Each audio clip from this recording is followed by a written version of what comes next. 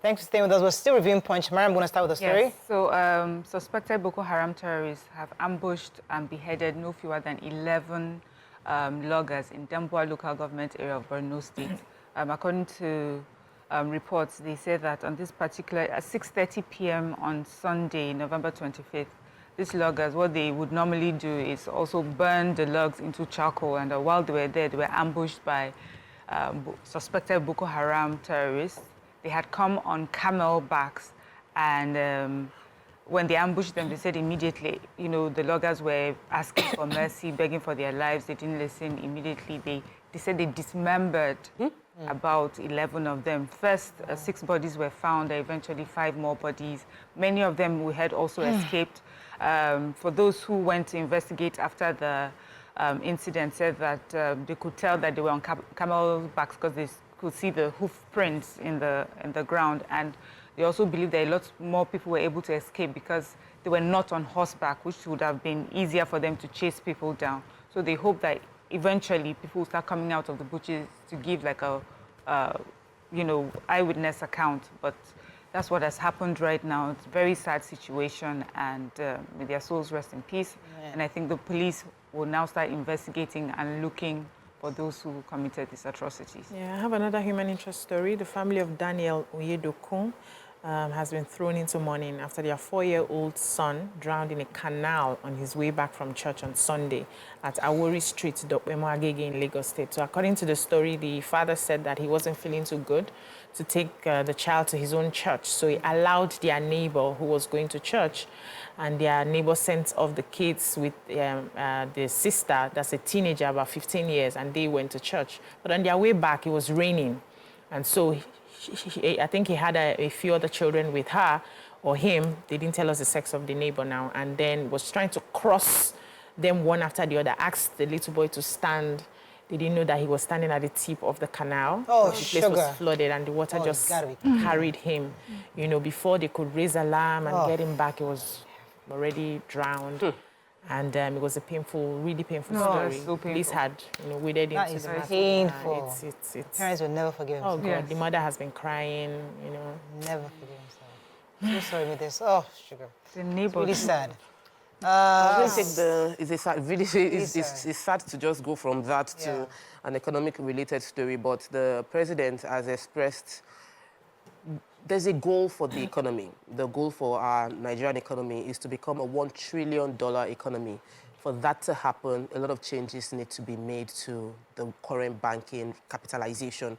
So at the 58th annual bankers dinner last Friday, the CBN governor, Olayemi Cardoso, had said that it's important. They were going to carry out a stress test on Nigerian banks, and that based on that stress test, it's revealed that with mild to moderate stress, the banks it would affect the banks, and so the conversation is that the banks need to recapitalize. For that to happen, it means there'll be sales of shares, and that people are now rushing to buy stock of mega banks because these mega banks have shown capacity for leadership over the years, and it's expected that they would gain. So they listed some of these banks and how they have gained over the past few years, and the expectation that if they go to the market, there will be improvements. The banks will be recapitalizing, which means they are seeking more funds so that they have liquidity to be able to make the economy flow. So for us to achieve a mega economic status, we need banks that are strong enough to fund that economy. And I think it's a good thing. This is a policy I'm looking forward to seeing. All right, so let's talk about the coup attempt in Sierra Leone. So a delegation, including the president of ECOWAS, Dr. Imar Aliyu Toure, Nigeria's National Security Advisor, Nuhu Ribadu, Chief of Defense Staff Major General Christopher Musa, amongst others, met with President Biu of Sierra Leone. And they were there to convey a goodwill message from our own president and the chairman of ECOWAS, President Bola Tinubu, and others, just to express their concern about the recent events in the region with 3 of its member states, Guinea, Mali, and Burkina Faso, under military rule. During the visit, Ribadu specifically said that anything that would interfere with democracy, peace, and security and stability of Sierra Leone will be resisted and would not be accepted by ECOWAS. And they are proud of the leadership of the president. They're hoping that they're going to support him the best so that this unfortunate incident never happens again. Moving on quickly now to Daily Sun. Loans. Tinubu seeks fresh $8.6 billion and 100 million euros. 18 IPOB members arrested over killing of 2 police officers in Imo. Electoral reforms. Jega calls for ban on cross-carpeting and INEC unbundling. Appeal court affirms Fubara's victory, quashes Nasarawa Assembly Speaker's election. Abia stops payment of salary of unverified staff. Engineers hail Tinubu on road regeneration plan. And 1 killed, 2 escape with loot as vigilantes confront armed bandits in Abia. Which story in Daily Sun?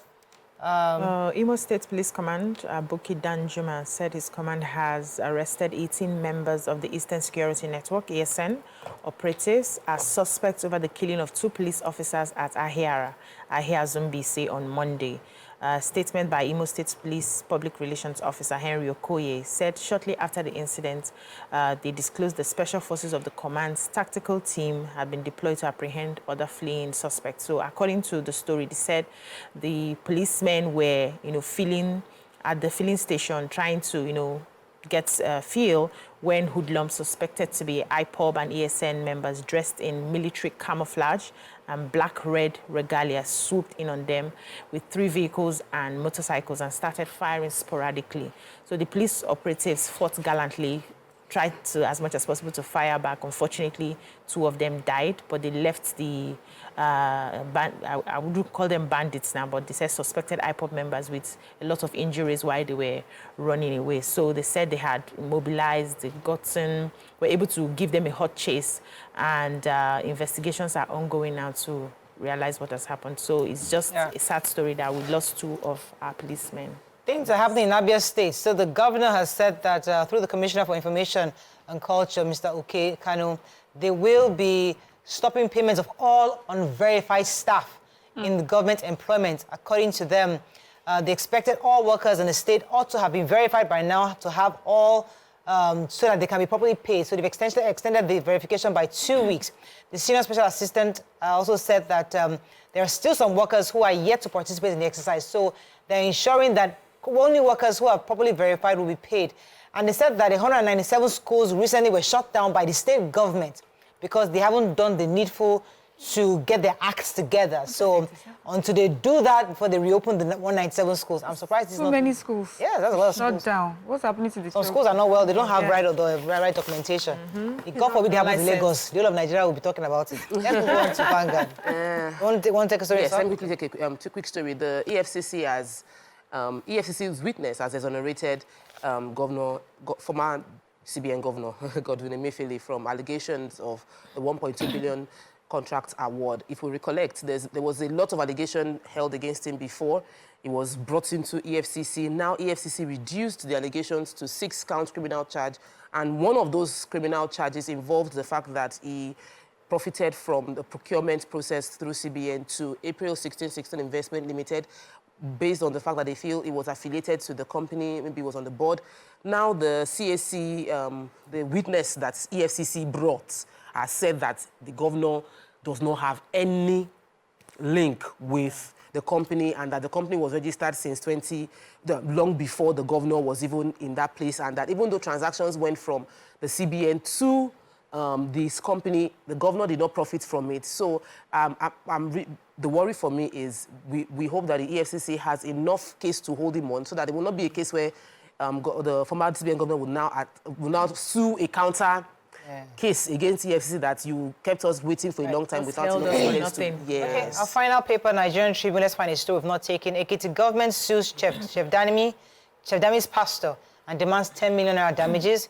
Minister of Power to prioritize metering, distribution, transmission, and infrastructure. Shamu of Ogbomoso to get staff of office in December 19th. I thought it was 16th. Senate passes 57 billion naira police trust fund budget. And Oshoba to chair Olamiti's book launch on Thursday. Okay. Minister of Power, Chief Adebayo Adelabu, during the 3rd round table on enforcement of technical standards, regulation, and mandate of NEMSA, he outlined the new strategy about for the upcoming power sector strategy roadmap, he calls it. And the strategy, he says, will focus on customers down to distribution and transmission infrastructure in the short term, ensuring significant portion of currently generated power reaches consumers. He also emphasized regional energy potential, citing solar energy in the north, small hydropower plants in the middle belt, south and southwest, hybridized with solar for maximum output. Then coastal cities were identified for wind energy utilization. These strategies will be revealed, they say after a forthcoming retreat on with electricity value chain stakeholders. They're also trying to encourage state governments to participate in distribution of electricity as well. So, we hear these words, we hear these plans and these roadmaps. Sounds interesting and on paper. Yes, we just hope that it can be implemented. Yeah. So let me just shorten the story. We remember our chef, Dami, Yes. from Ekiti. Yes. Yeah, so after the cookathon and how everything went, she fell out with her pastor. They've not explained what exactly happened between them, but the pastor had ordered her arrest. Yes, she was arrested, and after a week after the arrest, she decided to go to the Directorate of Citizens' Rights and filed a case against the pastor, also a restraining order so that the pastor and his people don't come close to her. She has claimed that they have been threatening her, they won't, you know, and all of that. So they didn't give us the details. Maybe it's a money matter or something. Anyhow. Do you have right. money? That's all we can take on the front page review. When we come back, once our sponsored segment, stay with us. We'll be right back.